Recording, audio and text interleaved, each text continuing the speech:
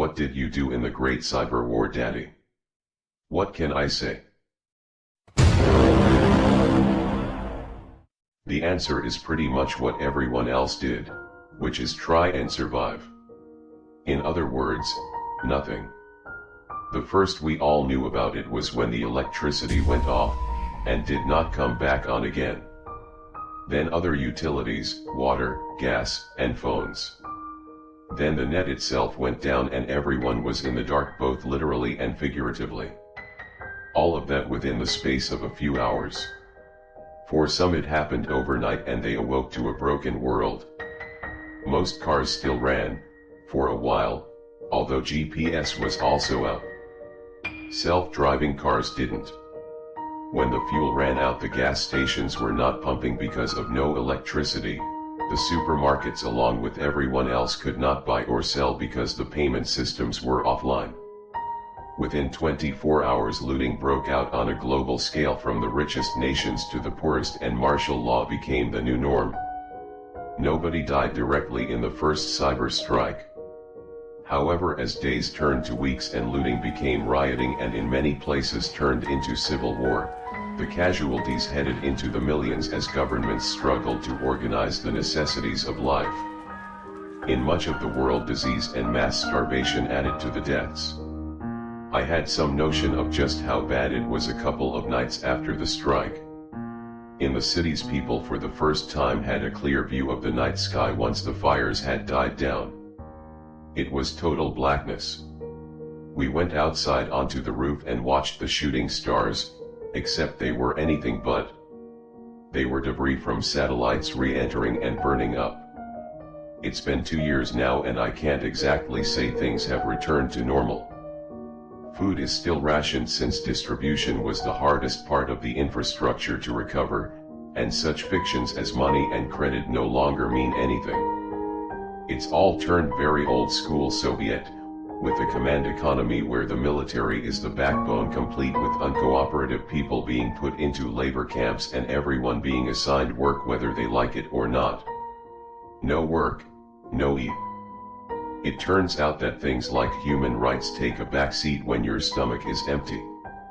A lot of criminals are still being summarily executed by firing squad after brief tribunal hearings. Meanwhile, the political arguments rage around what to do with the now totally insolvent and bankrupt financial system, with the majority calling for a year zero plan of debt and asset cancellation. The minority who were rich are vehemently disagreeing. Elsewhere, that question is being settled by gunfire in the streets, bankers hanging from lampposts, and revolutions. At least we have avoided that. For now. As someone said, it was like World War III but without the nukes, and everyone surviving at first.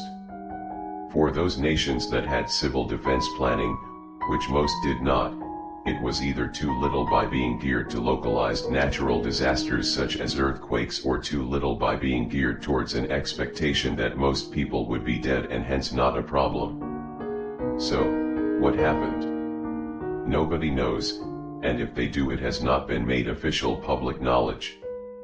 However, enough information has leaked that we have a good idea of the sequence of events, if not exactly who did what or where to assign the blame. It started as some kind of tit-for-tat three-way petty annoyance between the USA, Russia, and China, with targeted attacks across the net on infrastructure such as electricity generation during some trade disputes amid accusations of hacking. The problem that became apparent was that it was almost impossible to locate the origin of the attacks, so certain assumptions were made. The most crucial one being that only major state actors were involved. It was later determined that this was not true, although who or what was acting as agent provocateur is still not clear. At least that's the story. Conspiracy nuts are split on this. Either it being a cover-up by them, meaning our secret government aka NWO aka Illuminati, or it was a global conspiracy of organized crime of the James Bond variety. Most people just think it's an excuse to dodge blame, or at least not point the finger at someone with nukes still ready to go. Others suggest factions within rogue nations or even casual hackers and grievers who just got a bit too lucky. If the latter is true, they are keeping a very low profile. Or more likely, once the audit trails were reconstructed, they found themselves quietly dead. A number of other factors massively exacerbated the situation. The most serious was that all the major security agencies hoarded computer vulnerabilities for their own use instead of collaborating with industry to fix them. The second factor was unavoidable. It was the use of artificial intelligence as a war-fighting tool. Because it was expected that humans could not respond fast enough beyond a certain threshold, there was a trigger point, classified, where the war became automated. The AI from that point had permission not only to defend by whatever means necessary, or even launch their own attacks, but were allowed to choose their targets based on what they were learning as the war unfolded. The third factor was a political decision taken long before all this happened by at least one participant. It came to be known as the last man standing doctrine. This basically said that the winner would be those nations which did not take part in the war. Since the AI were directed to win the war, this meant they instantly escalated to non-combatants in order to make sure there was no last man standing anywhere on Earth. Reputedly, and to much official denial from all parties, even allies were targeted. Within minutes, attacks were launched all across Asia, Europe, and Latin America before any human knew what was happening, and each side assumed one of the others was knowingly responsible.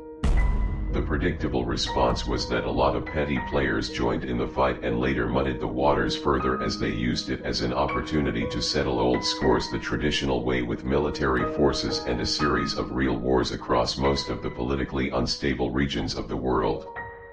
In addition, in previous such incidents, neither side used either their best weapons or all of them simultaneously.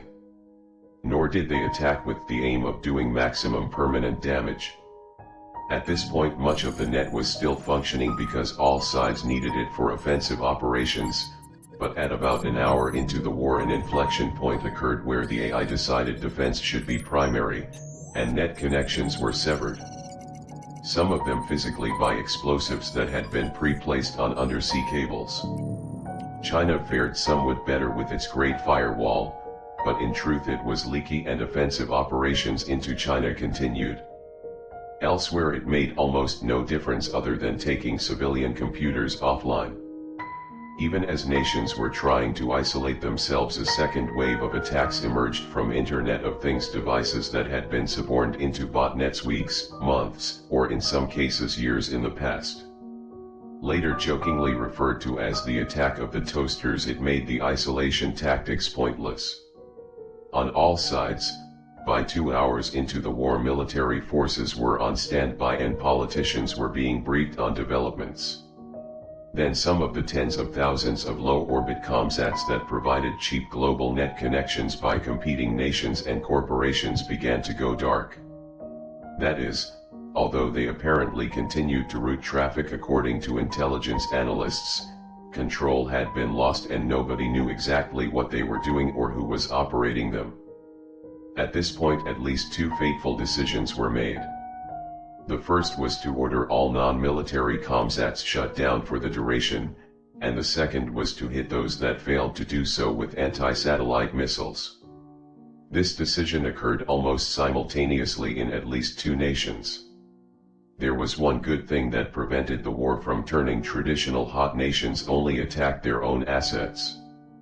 That provided a breathing space long enough for the human political establishments to talk over what remained of secure comms links, mostly through landlines or geosync. Which was just as well, because a few hours after the missiles were launched to take out the hacked sats, more of them started to disintegrate. Radars showed a Kessler cascade. The debris from destroyed satellites was hitting others and breaking them apart, and so on. Low Earth orbit was being cleared of functioning systems by an ever-expanding cloud of debris.